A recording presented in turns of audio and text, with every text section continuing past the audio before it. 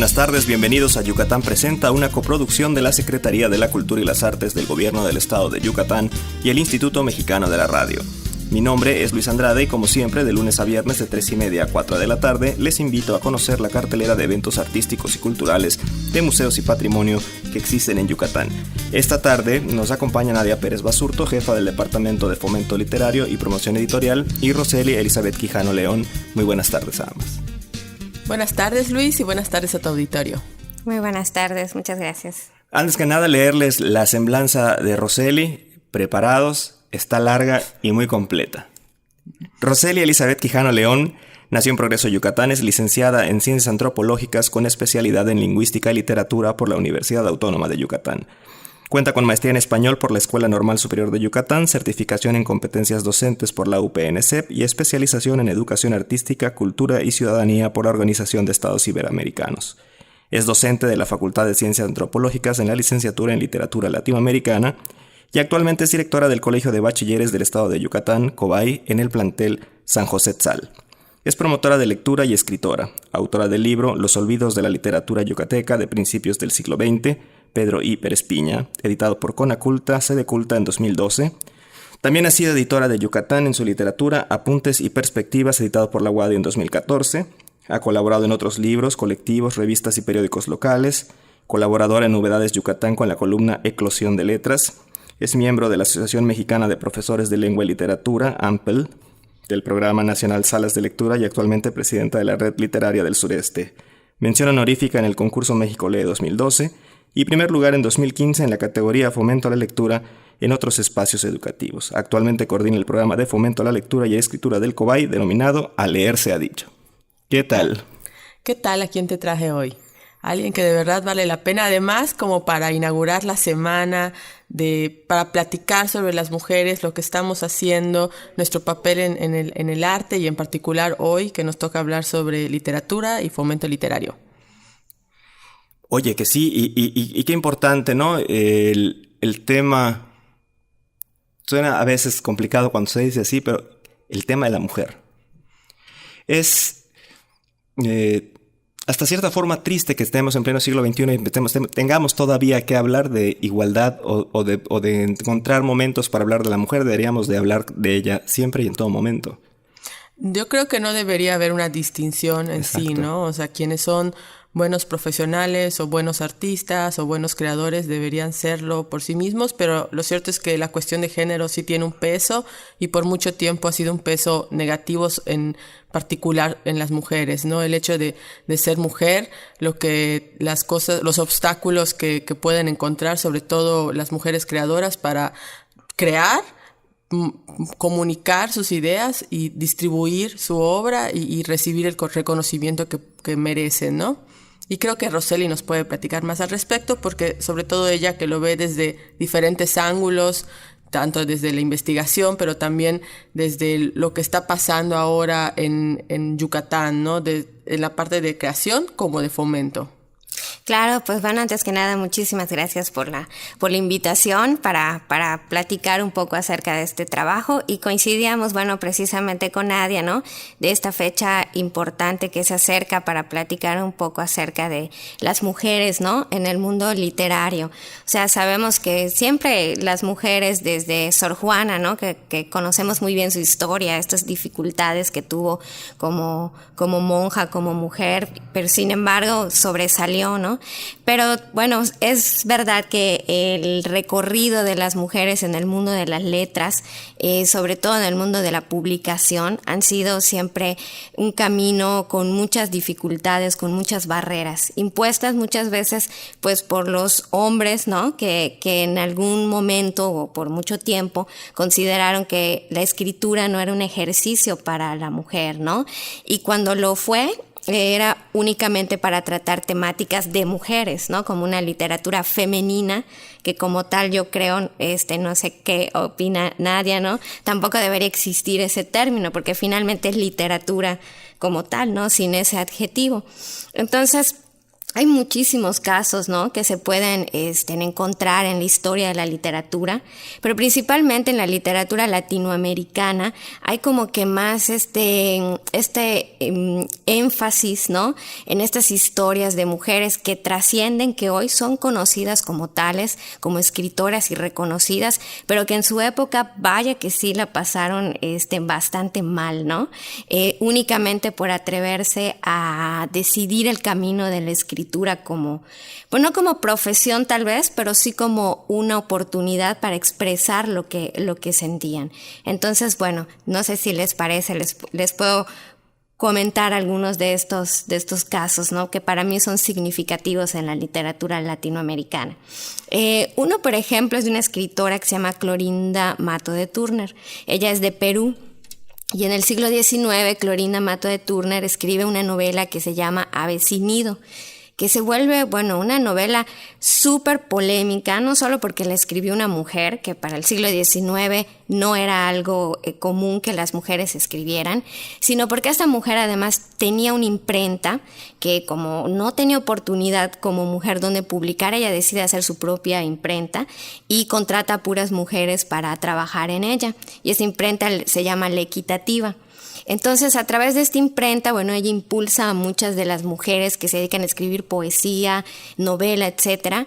Y cuando ella saca su novela Ave sin nido, que es una novela que aborda un tema que ataca un poco, digamos, a lo religioso, ¿no?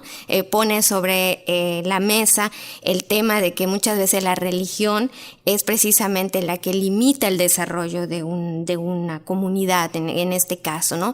Y hay una fuerte presencia del mestizaje, pero también hay un personaje femenino que es la que toma decisiones en esta historia, y eso, bueno, a los escritores de la época les parece demasiado atrevido, ¿no? Porque se está metiendo con la iglesia y se está metiendo con los hombres, ¿no? Con los políticos. Entonces, pues obviamente a raíz de ello les cierran su imprenta, ¿no? El gobierno decide que no debe seguir publicando. Esta novela es prohibida su lectura. Y muchos años después, Clorinda Mato de Turner va a ser reconocida precisamente porque esta novela es considerada la primera novela indigenista o indianista en el siglo XIX.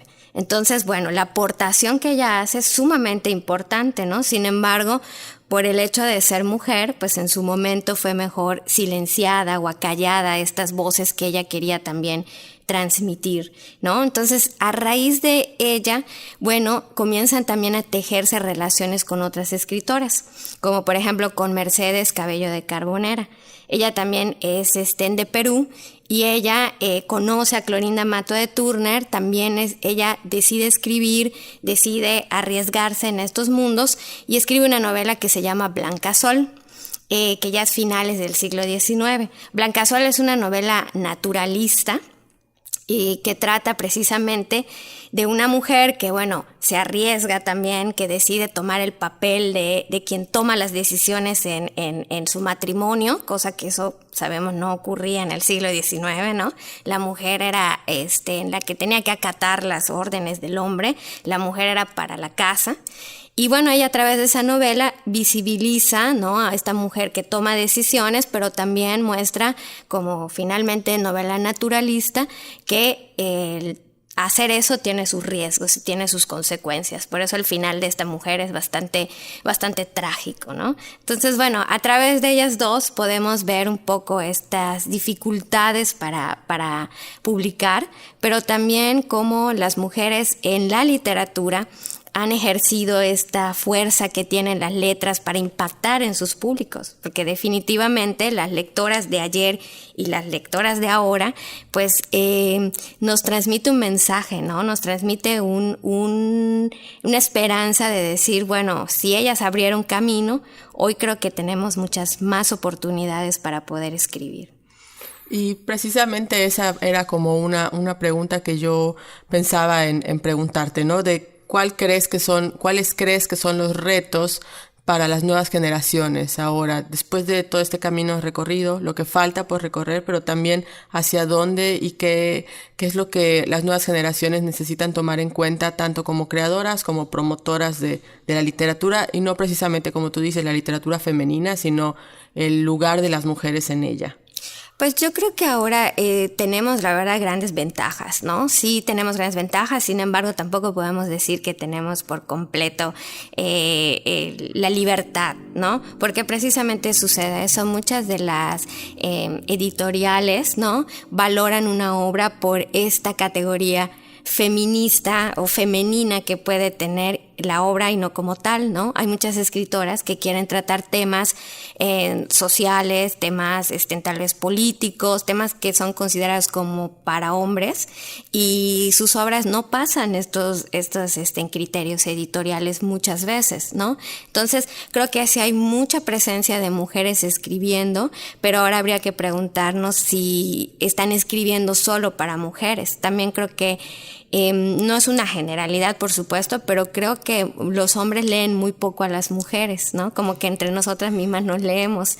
Y también creo que es por el mismo estereotipo que ha existido de que la literatura escrita por mujeres es como menor o es para un público específicamente femenino. O tiene ciertas características sentimentales, ¿no? Que no son el mismo tipo de escritura que vendría de un hombre, ¿no? Y creo que eso no corresponde ya, porque incluso siento que muchas mujeres escribiendo ahora se arriesgan más en los temas y en la forma en que experimentan la narración, porque no hay, digamos, ciertos cánones que tienen que cumplir. Como yo creo que los escritores hombres o en género masculino tienen como mucha presión de que hay ciertos cánones que hay que cumplir, y las mujeres un poco porque han sido relegadas, pero también en los espacios que se han hecho, a lo mejor en la periferia, hacia otras partes, han experimentado más, han arriesgado más en cuanto a la forma de narrar las historias.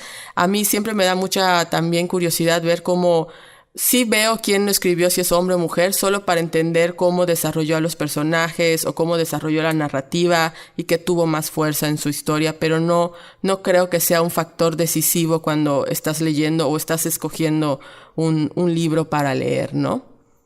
Claro, yo me imagino, después de todo lo que he escuchado en estos minutos, por ejemplo, escuchaba alguna vez a una bióloga en una charla de TED, olvido ahora su nombre, pero hablaba sobre la biología del amor.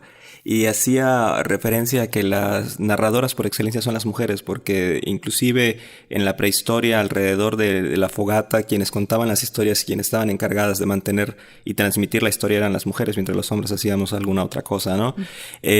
Y cómo a lo largo del tiempo esto va cambiando hasta que en el siglo XIX hablábamos, ya los hombres tenían el completo control de lo que se escribía y de cómo se escribía, al siglo XXI, donde existen grandes oportunidades, no sin retos, pero grandes oportunidades para la equidad y en la escritura. Por ejemplo, en el mundo de fantasía, supongo que existe, si no poca diferencia a favor en el caso de J.K. Rowling contra George R.R. Martin, por ejemplo, ¿no? Uh-huh. Y vaya que son dos titanes de esa industria, de ese género en particular.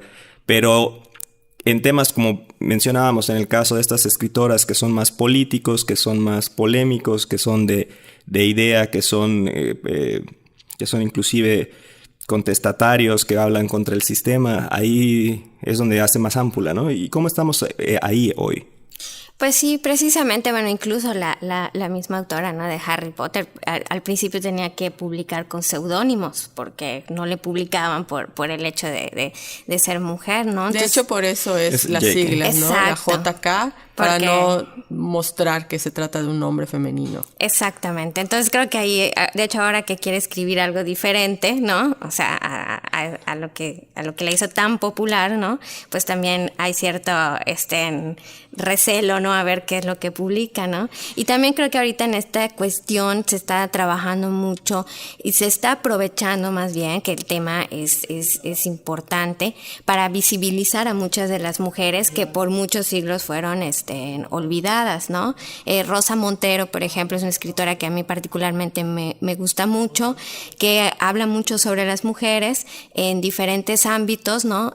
Mujeres que a lo mejor pasaron desapercibidas en su tiempo, no solamente por el hecho, no precisamente escritoras, pero sí mujeres que acompañaron procesos políticos a veces, que fueron un detonante en su presencia y su trabajo para muchas cuestiones, incluso hasta guerras, ¿no? Tiene un libro que se llama Dictadoras, donde habla de las esposas, las mujeres, las parejas de grandes dictadores, ¿no? Entonces ahí muestra cómo estas figuras masculinas tan imponentes realmente siempre tuvieron la presencia y la ayuda o la compañía de mujeres que influyeron decisivamente en ellos, ¿no? Entonces esta parte que sí se está aprovechando desde el mundo editorial de sacar todas estas historias que no conocíamos, porque en los libros de historia no venían estas mujeres como su presencia.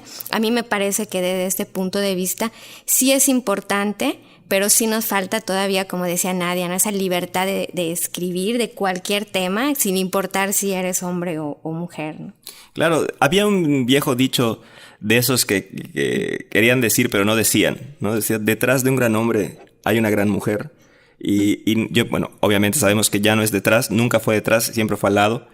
Pero sí, estos grandes personajes generalmente siempre tenían también otros grandes personajes al lado, incluyendo a una pareja que generalmente siempre les daba ayuda, apoyo, inspiración, reto, o que muchas veces eran copartícipes de las decisiones, aunque no se supiera inclusive, ¿no? Y qué importante es reconocer eso, ¿no? Porque también sucede ahora también al revés, ¿no? Cuando ahora tenemos, no sé, me imagino Margaret Thatcher, por ejemplo, o Angela Merkel, o cualquiera de estas grandes mujeres hoy, también le dan un vuelco a la percepción de cómo vemos el género, la persona que está al lado. Por ejemplo, cuando en México empezábamos a debatir el tema de si estábamos listos para una mujer presidente, o mujer presidenta, o presidenta, mejor dicho, las preguntas inmediatamente, ¿qué pasaba con el término de primera dama? ¿Había primer caballero? Tal, y cosas sin sentido, ¿no? Porque al final no hacen ni pies ni cabeza. Y cuando hablamos, retomando el tema de la literatura, pues sí, la mujer siempre ha tenido mucho que decir de todo tipo. Qué triste que por mucho tiempo no hubo la oportunidad de que fueran publicadas, o que muchas tuvieran que publicar bajo seudónimo masculino, que lo tengan que seguir haciendo, y sigue siendo un reto hoy. ¿Y qué estamos haciendo, o qué se sabe que se está haciendo para seguir en ese trabajo de que cada vez sea más y mejor el tema de igualdad de oportunidades en la escritura? Pues creo que las editoriales sí están haciendo un buen trabajo en ese sentido, porque a través de muchas publicaciones están cambiando esta mentalidad un poco, o ayudando a cambiar esta mentalidad de que las mujeres solamente tienen determinadas áreas en las que pueden ejercer, ¿no? Entonces ahorita pienso, por ejemplo, en un libro que está siendo muy famoso como con el público infantil de las niñas, el de Cuentos de Buenas Noches para Niñas Rebeldes, que hay 2 tomos incluso, ¿no?